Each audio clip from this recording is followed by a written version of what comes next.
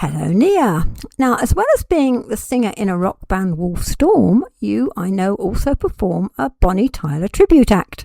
So I could think of no one better qualified to come onto my show and celebrate the life of this great artist. Hi, Judith. So, I mean, you actually met Bonnie, didn't you, Nia? So, Yeah. So I met Bonnie at a book signing in Cardiff in Waterstones.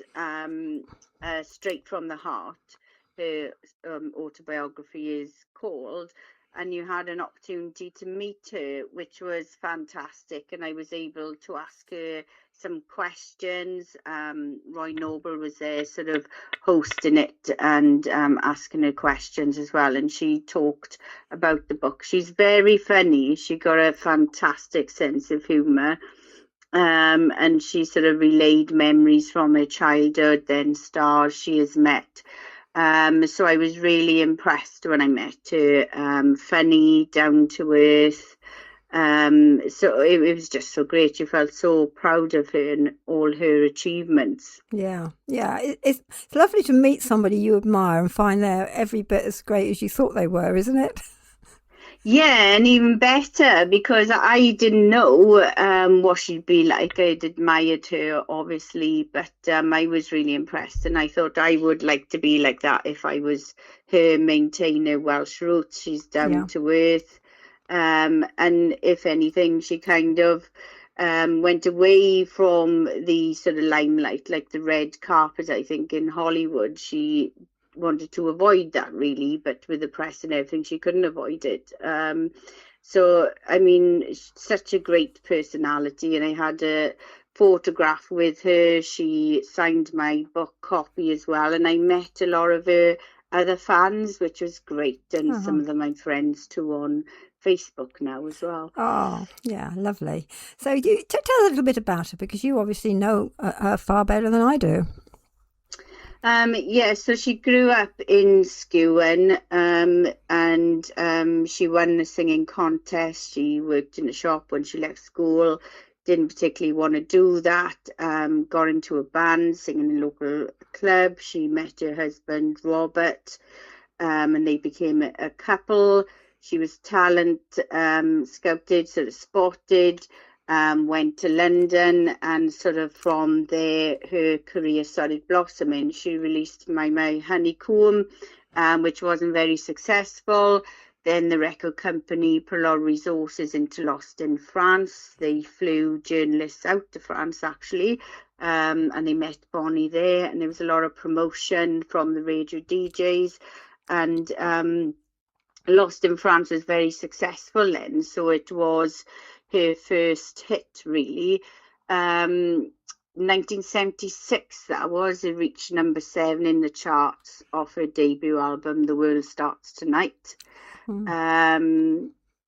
Yeah, so it wasn't long after that she underwent operation vocal cords. I don't know if you've heard the Oh, story of how her voice became even more husky. yes, I Um, think I have. Let me just. What was it? She didn't wait long enough after before she used her voice. Was that true?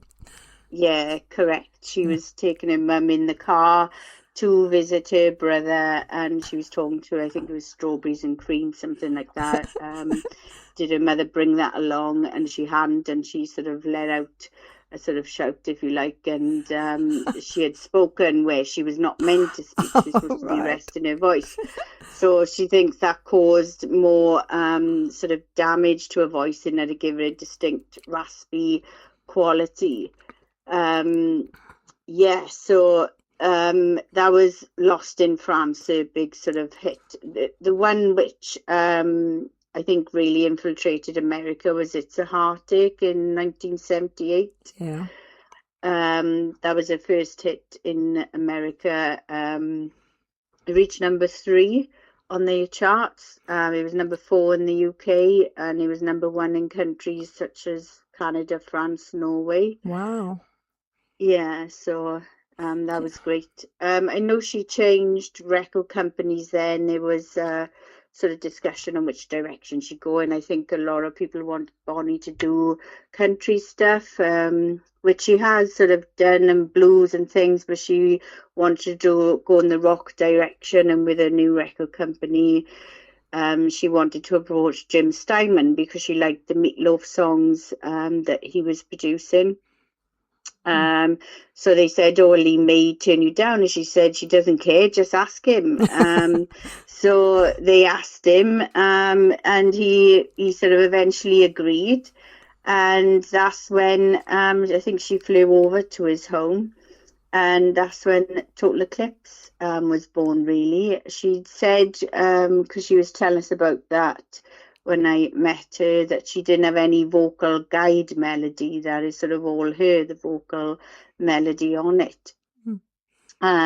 So yeah, that was start of a great partnership, because I love Jim Steinman and I like Meatloaf as well. He's a fantastic writer, and I like him because he incorporates piano, which is my favourite instrument, into rock songs, which is my favourite genre. Right. So it's a win-win combination there, really. Yeah. Oh, right. Well, no, I didn't know that about her. So it takes some courage, doesn't it, to go out there and say, right, I want to talk to him, I want to do this. So, yeah, brilliant. Yes, exactly. Her other hits then, you've got Holding Out for a Hero. I've covered that. It's a soundtrack from the film Footloose. That's where most people know it from, and that was written by Jim Steinman and Dean Pitchford. That was on his 6th studio album, 1985. And that sort of topped the charts as well. That was actually the first song of hers I sang live in 2004. So when I was with Music Wales, there was a lot of us, and we done like a variety show, and that's when I done a Bonnie Tyler and Meatloaf sort of set. Lovely. They were the two artists that I would sing. And I was influenced by the album Heaven and Hell, which came out, because it had the two of them on. I loved that personally, because had two people I admire on by Jim Steinman, songs by Jim Steinman. So that was the first song I sang live of hers, and a lot of people like that. And when I went to see her in London, the Indigo O2, that was 2 years ago. She looked so happy singing that song at the end. She was full of smiles, and it's quite upbeat as well. It's a sort of nice cheery one towards the end of a set. Yeah. Yes. Well, your voice, do you find it naturally easy to do her songs and emulate the voice?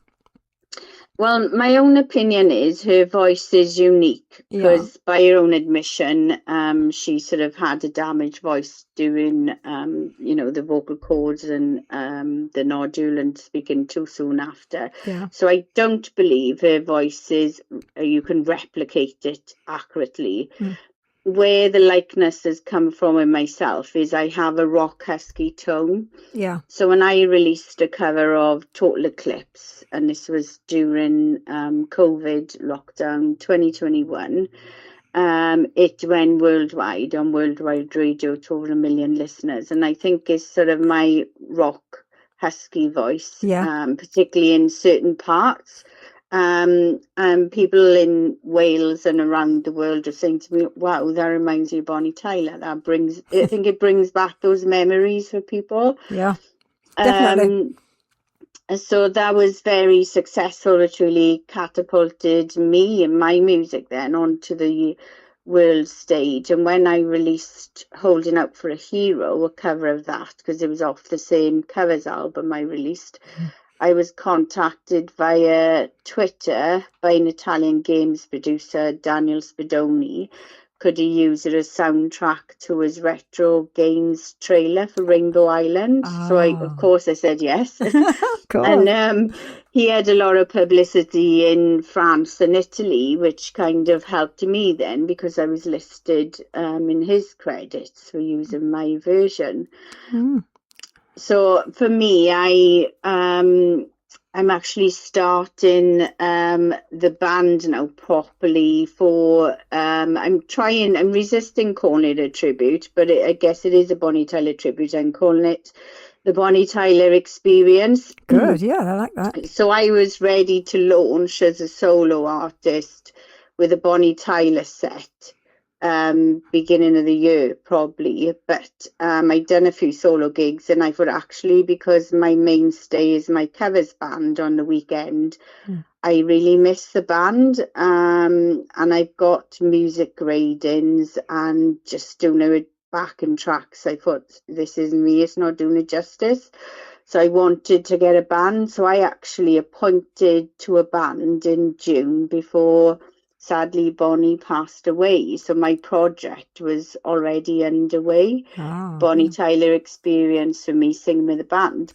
So my intention is not to truly tribute her voice, but more of play commemoration to her and honour her and share our love of her songs with someone, with other people, from someone who has got a rock husky tone, similar, which helps sort of evoke those memories for people. Yeah, your version of it. If that makes sense. Yeah, it does make perfect sense, Nia. And when I hear you sing her songs, it sounds just right. Yeah. So, as you say, it's your version of it, your view of it, and it's very successful, I think.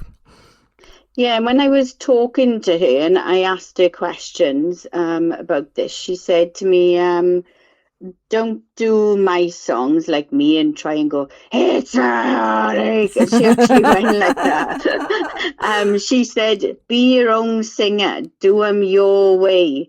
And I said, that's great you saying that. I said, but people say I've got a rock husky tone, and I remind them of you. And she started laughing. But she said to me, oh, congratulations. That's lovely. And that's something you've always got to remember, isn't it? Talking with her and what it felt like and the things she said to you. So, yeah, that's very fortunate. Yeah, and there's new generations who haven't heard the music, and it is thinking, if I can spread the word of her and keep her legacy, music legacy going, introduce new audiences to her song catalogue, then I feel like I've got a purpose and I'm doing her justice, because it's not, I don't see her as about me. I see her as about celebrating her. I know exactly.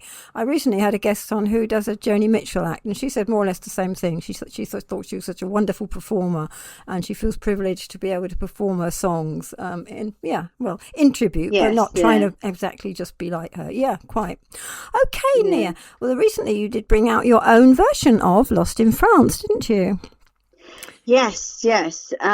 So I done Total Eclipse, Holding Out for a Hero. I done Fast and the Speeding Night, which was very successful as well. I reached number 41 in the Euro Indie charts, and the Jim Steinman sort of fan group on Twitter sort of commented on that as well, quoted my version of it.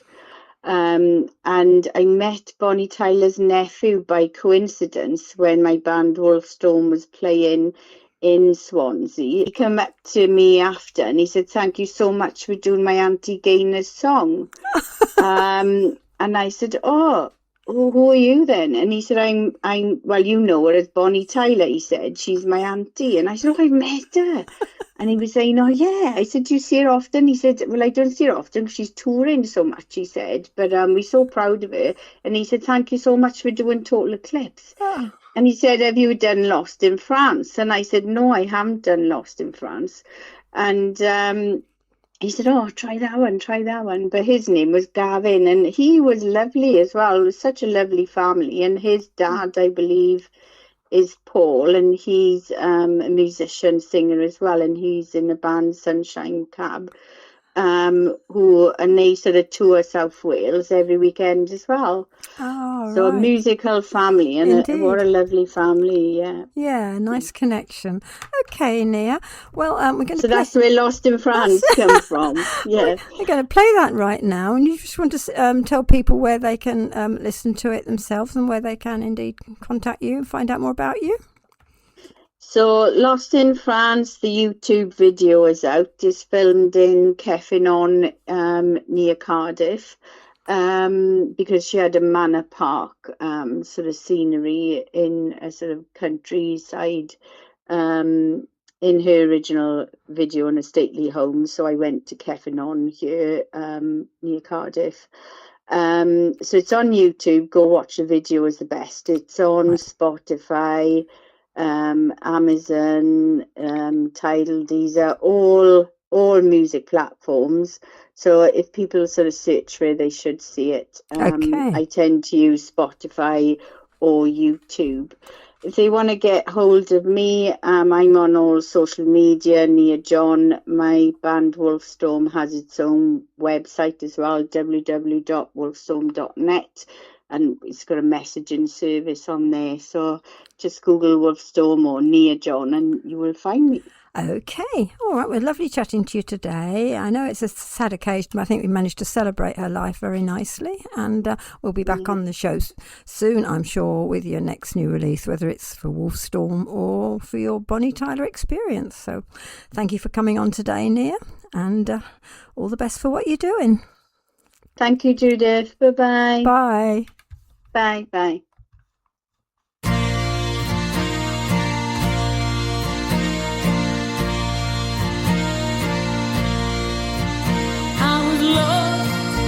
In France, in the fields, the birds.